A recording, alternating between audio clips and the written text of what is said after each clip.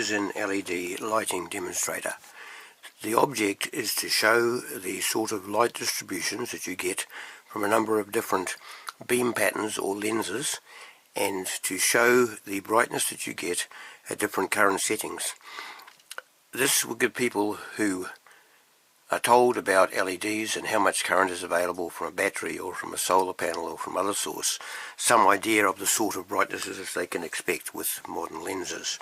Now, this is shipped without batteries due to shipping regulations. It takes 4 AAA batteries, which are available essentially anywhere, and I'll show you in due course how to put the batteries in.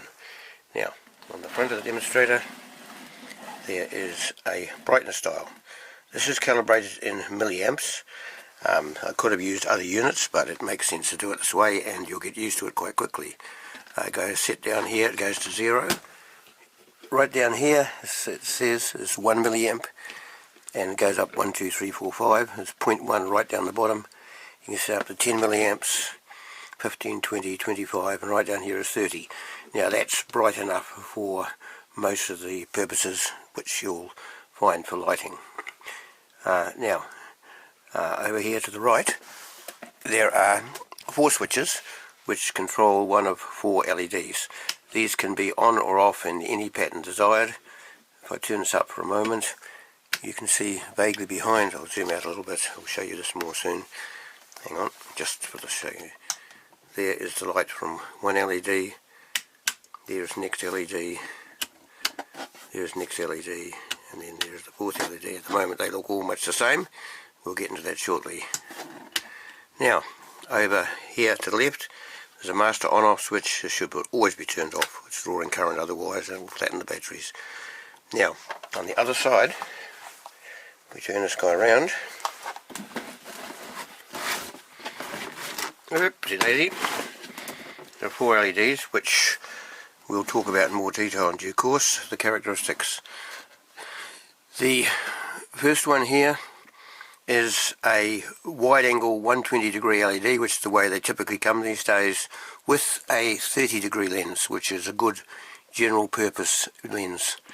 This is a single through-hole mount LED. It's an older style LED, they're less used. It's probably slightly better than this one, and you buy it off the shelf. There's less hassle, with pros and cons, which we can discuss in due course. This one is another modern wide angle a 120 LED with a 10 degree lens on it. The lens is slightly marred when you look into it, but that's just on the back of it. Some adhesive, it doesn't affect the beam pattern. And then finally here, there is a single little 120 degree LED sitting out here bare. Now the reason it's sitting here out bare rather than behind a panel, etc., it's so wide that if I mount it behind a panel in a hole, the edges of the panel tended to obscure it. So this way you get to see the genuine pattern that the LED makes. Right, so let's get an idea of what this thing does. So first of all, I'll just turn it right down, take it back a bit. There's just the idea. This is the 120 degree LED going up and down. You can't see the differences yet. There is the 10 degree going up and down.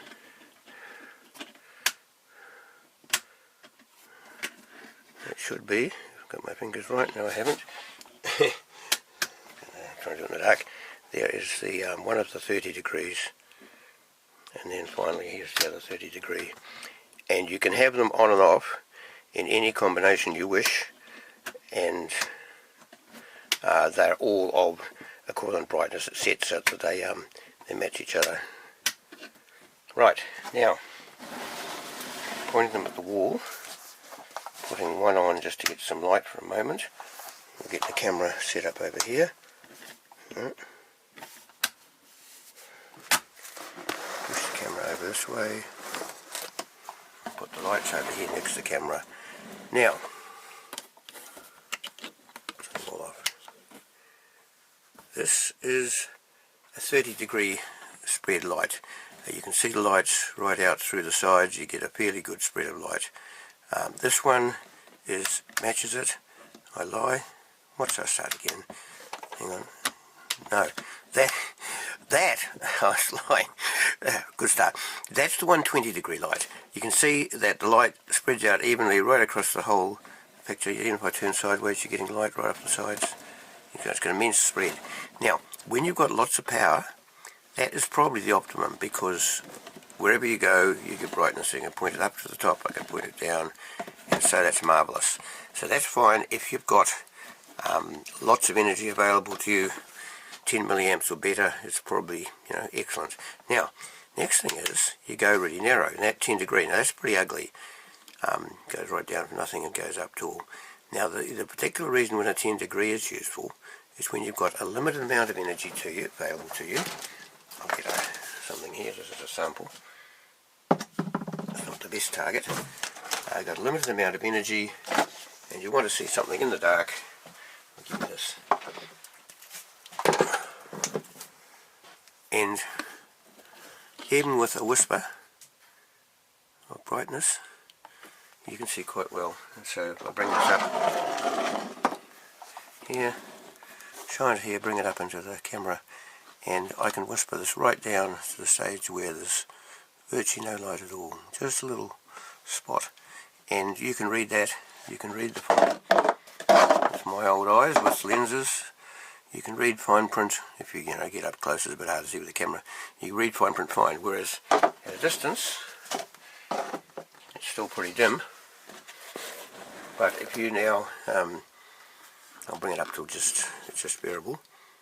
Okay, so that's fairly dim. I'll check just a good idea. That is 0.1. I'll bring it up to 1 milliamp, which is getting useful. Right, at 1 milliamp, which is not very powerful, you've got a reasonable picture. The thing is, if you take that and go back to the general one, it's a lot wider, but you've got just about enough. You can't see all, there's nothing. If you go to a 30 degree light, it's better, but the brightness is in the middle. You can see the surroundings no good. So horizontal courses, depending on what you're trying to do, how much energy you've got, where you want to mount it. So this box will allow you to play with things like that. And then finally, you can have either that 30 degree or that 30 degree. They're similar lighting patterns, and they can be swapped. There is a way, if somebody's keen to use this box with other LEDs, which I'll talk about separately, I'll write it up. So there's the basic functions of the box. You can find it in the dark. You can turn it up to 30 milliamps, turn it right down. You can have the wide angle there. Hang on.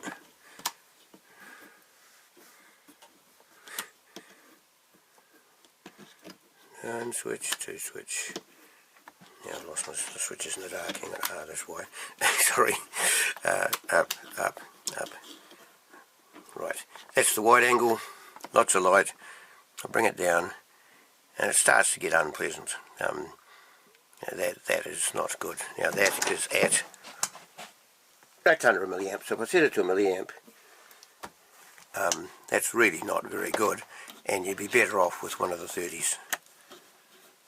In most cases, not every case, but it's a 30, that's a 30. So you see that. Now, we take the box. Underneath it has 2 screws. Well, there's the leads. Underneath there are 2 screws for opening it. There are batteries in this at the moment. They will be removed for shipping, as I said, because they're forbidden items for shipping. These come apart easily. The other screw comes apart easily. Now the boxes are compromised in a number of ways. Turn it off. Open it up. It says there are no batteries inside. At the moment there are, there won't be when it gets shipped. Now inside, move the light across here so we can get better illumination. I'll go count portable. This is a spacer for the battery box to stop it rattling around. It's just a hunk of polystyrene, just put it on top of the battery box. The battery box goes approximately where the red lines show, which you'll see, but it doesn't really matter where it sits, but it's just loose. I could have tied it down, but for various reasons it's not a good idea. One is the access to the batteries, which you'll see. Now in here is the Controller board, not very complex, it's 2 quad op amps, so it's 8 op amps only, which is why we're being used. There are, for people who want the technicals, there are 4 current sources here, one for each lead, so they can be controlled in parallel, not for each other. And then there's the control switches here, there's the on-off switches, there's the brightness pot, and there's the on-off switch here, these are the lead on-offs. Now, the reason I'm bothering to show you inside is because there is something here you do need to know about. Shall I get to? This is the battery box. It's got a slide off cover. There's an arrow on it.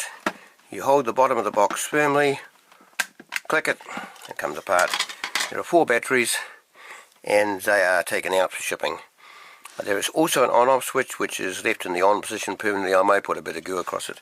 On the cover it says leave on, but knowing that people tend to do things they shouldn't, do it that way.